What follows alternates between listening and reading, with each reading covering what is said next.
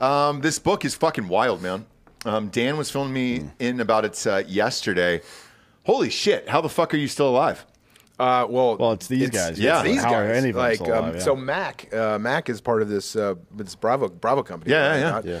I wrote about their deployment in 2009, and then kind of coming home and what it's like to be, what it's like to deploy, what it's like to come home as a veteran and live with all that. And so, again, how the fuck are you still alive? Like, I don't, dude. It's amazing.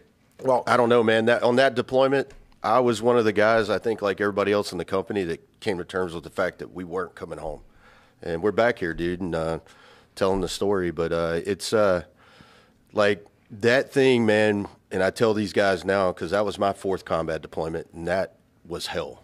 And I had been through hell before, but that was like the real hell. And then I, stayed in later. But, dude, like, yeah, this book, the way Ben goes about it, man, and just, like, it is real. Yeah. There's, I really enjoyed the way you introduced the end of like the scene itself, and then start progressing through the individual characters, and then weave them back together. Yeah, I thought it was a really good way to write that book. Well, and Mac said, he said that this deployment was hell for them, but like for folks who are looking to read this or want to know about it, these guys were in the Arghandab Valley in Afghanistan, right? 100 meters away, or 100 clicks away from the nearest fucking other person. Well, on the first part of their stuff, they were like they were all spread out, and then and so they're in the Arghandab Valley, and anybody who's deployed to Afghanistan knows about the Arghandab.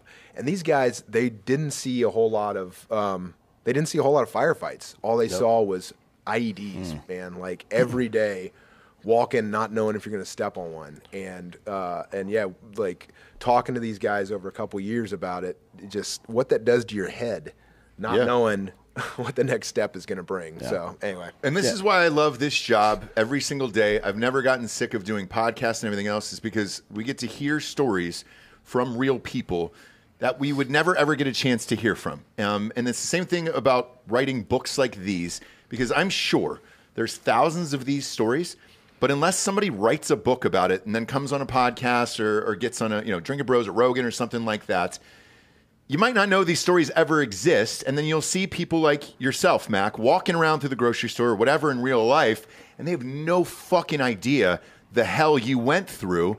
And they just think, it's just some dude who looks like he was at J6, It was the Capitol building that day. And they have no fucking idea the crazy hell you went through and the miracle it is that you're actually alive today. Yeah, man. Like Ben said, dude, what was so hard about this thing, and I think what is awesome about the book is he talks about the train up, leading to deployment, because we originally told we were going to go to Iraq, and then, we wound up going to Afghanistan. But as a first sergeant, me and my company commander, we pushed dudes to be freaking meat eaters, man. Your job is to close with and destroy the damn enemy. That's it. You're not there to hug and kiss and be nice. You're there to kill bad guys and come home and take ground.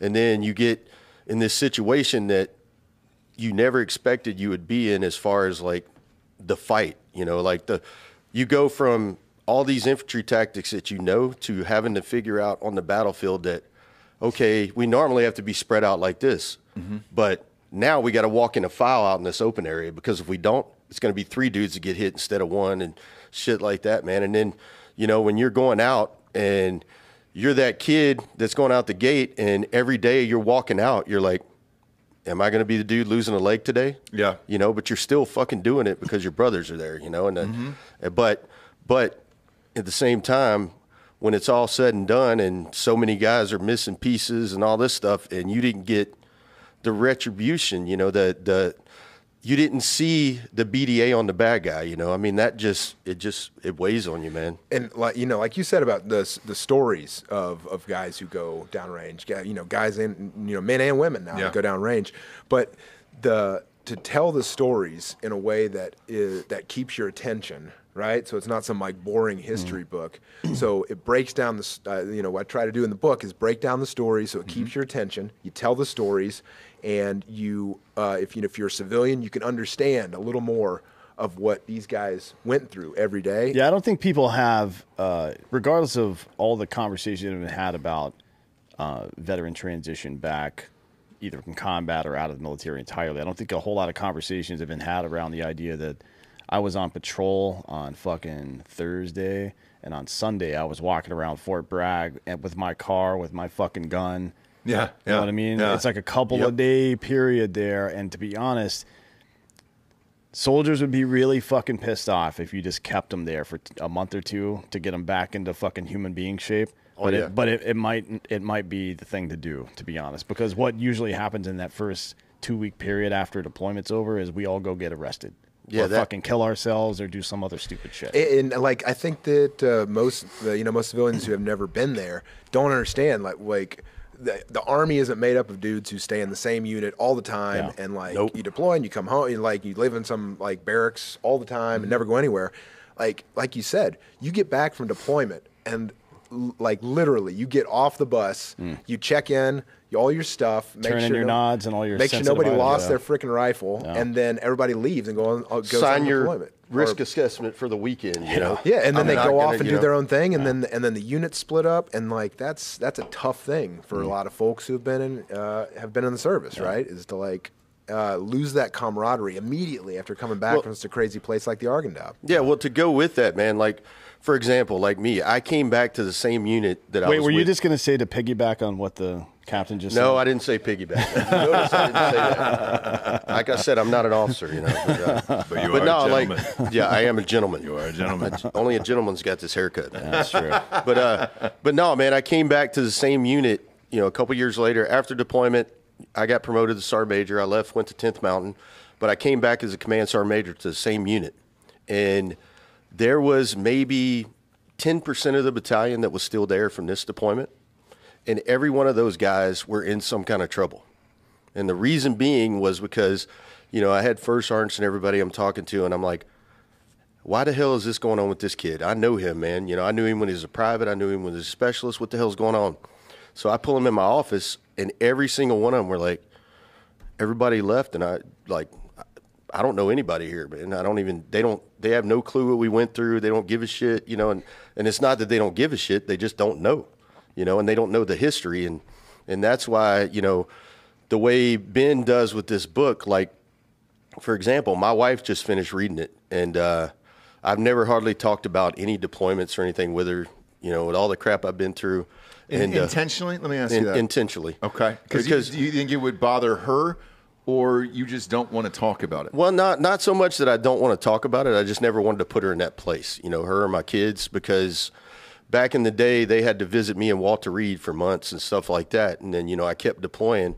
But she was able to sit down and read something that's unfiltered, that's real, and, you know, talks about me and the guys. And, I mean, the book doesn't shed a, you know, I'm not a nice guy in the book because I was the first sergeant. Mm-hmm. But she knows that's because I cared. But she also knows that the reason, you know, I'm close with all my guys throughout my career. You know, we try to stay that. But these guys, everything I can do to bring them together, I do, because, like, I've been through hell. Like I said, we've been on all these deployments, but unless you were in this place, in that fight, like, you got no clue, man. And, like, for my wife to read it and tell me, now I know why you were so messed up when you got ready to retire. Mm-hmm. You know, like, it took me about a year after I retired to finally start facing crap, but I was messed up, man. And it's also difficult to contextualize this stuff for somebody that's never experienced it. You know what I mean? It's different. Like, it's different than any other thing that most people are ever going to experience in their life, because,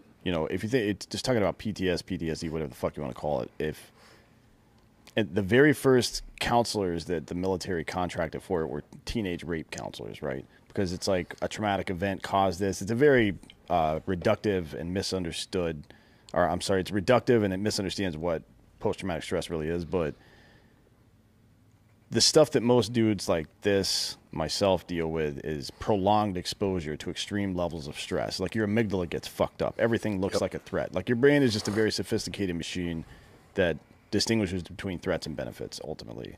And when that gets fucked up, everything in your life gets fucked up. It's like your hormones being bad or not getting good sleep. Mm-hmm. Those are things that contribute to every other fucking psychological condition you're going to have.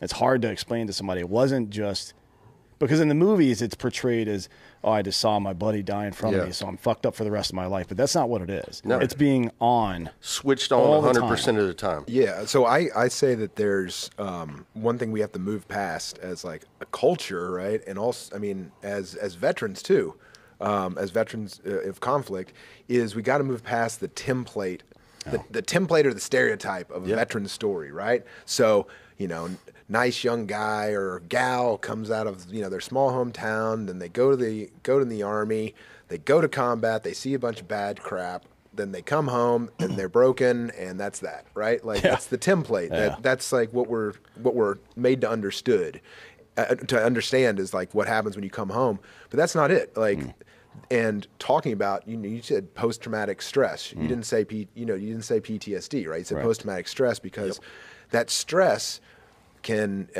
lead to growth also, right? Well, I mean, that's what stress navigated properly does lead to growth. Yeah. Whether it's a good diet, learning new things, stressing your muscles. I mean, that's how it works, right? Yeah. Iron sharpens iron. That's what we believe. And when men and women come home from combat, right, like the stresses that they've experienced, if it's directed in the right way, right, and we know how to handle that stuff, it should be seen as a unique skill. Yeah, not a detriment. It's just life, man. You know, like when everybody's had a family member, like mom or dad or somebody, you know, God forbid, dies. That's a traumatic experience, right? But that's life. Everybody goes through it, and we learn how to like harness it and deal with it because, like, a family member death is a part of normal life, right? Whereas war brings something extraordinary that we should never have to experience. And the ability to stay calm and get basic tasks done when it's chaotic is a really important skill to have.